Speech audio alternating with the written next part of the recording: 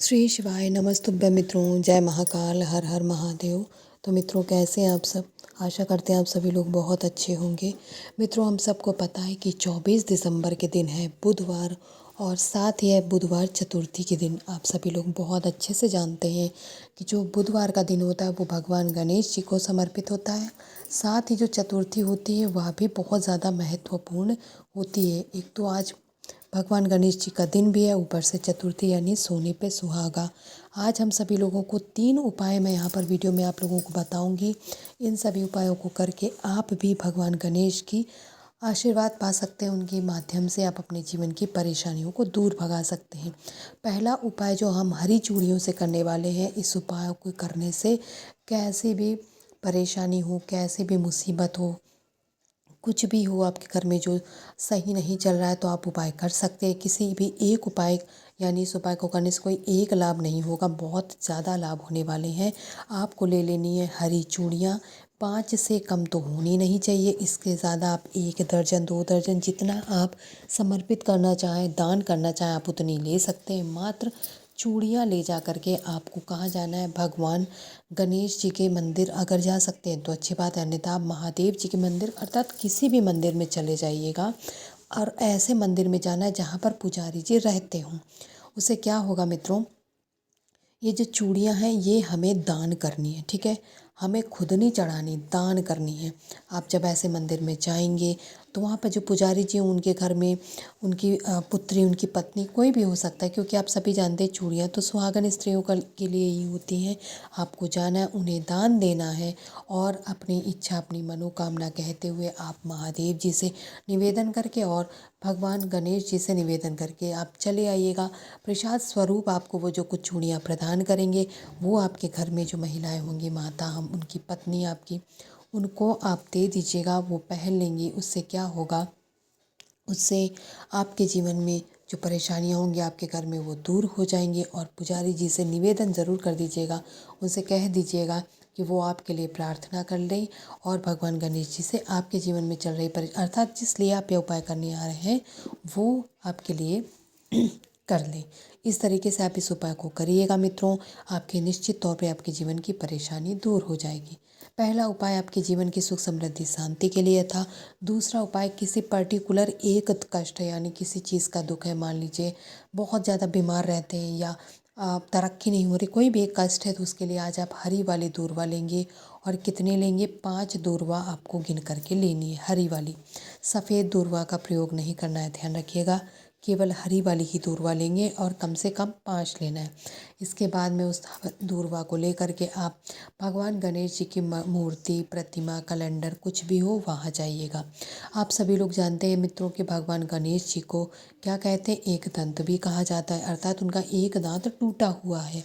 और इसके पीछे की स्टोरी क्या है, कथा क्या है, आप सभी लोग जानते हैं कि उनका वो एक दांत आखिर क्यों टूटा हुआ है। तो मेरा दांत से बताने से तात्पर्य बस इतना था कि वो जो आपने 5 दूर वाली हैं तो उनके जो एक तरफ का दांत टूटा हुआ है उसी तरफ आपको 5 की 5 दूर्वा समर्पित करनी है। और विघ्नहर्ता भगवान गणेश से यही निवेदन करेंगे कि हे भगवान गणेश जी, जैसे आप सभी के कष्टों को, सभी के विघ्नों को हरते हैं, वैसे ही भी आपके जीवन में कोई कष्ट है, कोई विघ्न है, उसे दूर करें। और विघ्नहर्ता भगवान गणेश का आप लोग स्मरण करिएगा, उनसे निवेदन करिएगा, और 5 की 5 दूर्वा समर्पित करके चले आइएगा मित्रों। भगवान विघ्नहर्ता गणेश जो हैं वो बहुत दयालु हैं। वो निश्चित तौर पे आपके भी जीवन के विघ्नों को दूर करेंगे, आपको भी आपके जीवन के कष्टों से मुक्ति दिलाएंगे। जैसे वो सब पे कृपा करते हैं वैसे आप पर भी अपनी कृपा दृष्टि जरूर बनाए रखेंगे। तो मित्रों, इस तरीके से आपको दूर्वा समर्पित करना है और निवेदन करना है किससे? भगवान गणेश जी से। क्यों करना है? क्योंकि आज उन्हीं का दिन है, चतुर्थी तिथि भी है, और चतुर्थी तिथि भगवान गणेश जी को बहुत प्रिय भी होती है। मित्रों, सभी का अपना अपना तरीका होता है भगवान को मनाने का, उनसे निवेदन करने का। यदि आपके मन में कुछ और एक्स्ट्रा आ रहा हो कि मैं इस तरीके से निवेदन करूंगा तो मेरी विश जल्दी पूरी होगी, तो आप उसे भी कह सकते हैं। अब यहाँ पर हम लोगों ने 2 उपाय समझ लिए हैं। अब जल्दी से बात कर लेते हैं आज बुधवार चतुर्थी के दिन करने वाले अपने तीसरे और अंतिम उपाय की। मित्रों, इस उपाय को करने से धन में लाभ होता है, धन में वृद्धि होती है, अर्थात माता लक्ष्मी हमारे घर में जल्दी से आती हैं। इसके लिए मित्रों हमें कुछ भी ले जा नहीं लेना है अपने घर से, बल्कि आपको केवल भगवान गणेश जी के मंदिर जाना है। और गणेश जी के मंदिर इसलिए जाना है क्योंकि वहाँ पर आज चढ़ी होगी दूर्वा। कौन सी दूर्वा? हरी वाली दूर्वा। सभी को नहीं समर्पित की जाती, लेकिन निश्चित तौर पे भगवान गणेश जी को बहुत प्रिय होती है।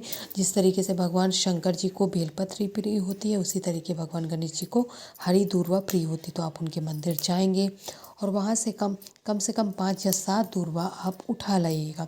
उठा करके लेकर के आप अपने घर में आएंगे।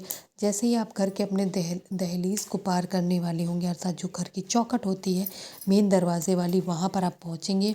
उन 5 या 7 जितनी भी दूर्वा लाए हैं उनको आप यहाँ पर दहलीज पे पहले आपको स्पर्श कराना है। मात्र स्पर्श कराना है, आपको रख नहीं देना है, ना ही वहीं पे समर्पित करना है। स्पर्श कराते समय आपको माता लक्ष्मी का ध्यान भी करना है।